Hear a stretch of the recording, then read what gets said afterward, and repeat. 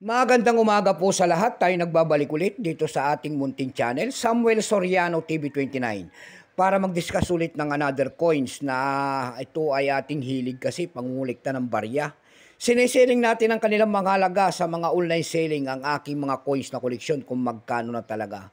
Ayan, magpapasalamat lamang tayo sa ating mga subscriber dyan at 1K subscriber na po tayo. Maraming salamat po sa lahat ng sumusuporta dito sa ating munting channel. Thank you so much sa inyo lahat and God bless. Mabuhay po kayo. Maraming salamat din po sa nanonood doon sa ating FB page, Samuel Soriano. Lahat po na nakapalo doon sa aking FB page at sumusuporta po ay maraming salamat din po sa inyong lahat. Lalo na po dyan yung mga nagsisend ng ating mga star. Thank you so much sa inyong lahat. Ayan. At magandang umaga po dyan sa inyong lahat. Ayan, yun naman po hindi pa po nakapag-subscribe dito sa aking munting channel. Anyayahan ko lang sana kayo't malaking tulong na po ubagay ang inyong magagawa para lumago naman ang ating YouTube channel tulad ng pagpindot ng ating subscribe button, like and share para ma-update ko kayo sa mga latest ko pang gagawin mga video po. Meron na naman tayong pag-uusapang barya guys at ito po ay barya po, mga sinaunang barya ng Pilipinas. 25 centimos po ni Juan Luna. Nakapaloob po ito sa bagong lipunan series year 1977. Ayan, lalaki po na nakataas ang kaliwang kamay handang makipagdigma. Nakapaloob po sa bagong lipunan series. Tignan natin kung magkano ng kanyang presyo sa ating mga online selling. Ayan. Bago yan ay kilalanin mo muna natin siya. Issue po niyan ay Philippines po. Period Republic 1946 up to date po. Type nito standard circulation coins years 1975 hanggang 1978. Value nito 25 centimos.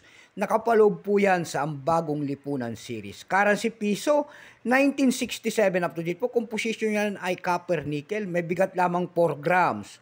May haba namang 21 mm. May kapal po naman itong 1.7 mm. Hugis po bilog. Orientation ay middle alignment.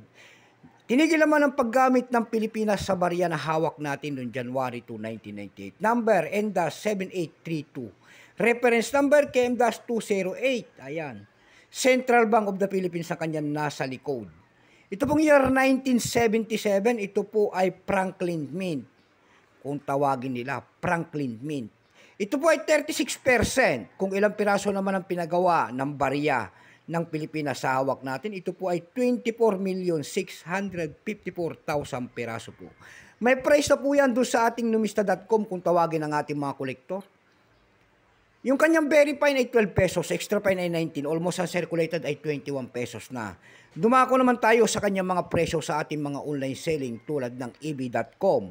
Sa eb.com po, meron tayo nakita nagbebenta doon ng $8. Ayan. Nasundan po ito ng $6.50. Mayroon na rin tayo nakita doon nagbebenta ng pinakamalit po na $2.95. Dako tayo sa pangalawang website sa Carousel PH. Sa Carousel PH naman po, mayroon tayong nakita nagbebenta doon ng 400 pesos per piece. Nasundan po yan ng 250 pesos and then 300 pesos. Ayan. Ayan lamang po ang ating may babahaging kanyang presyo. Keep safe po sa lahat and God bless.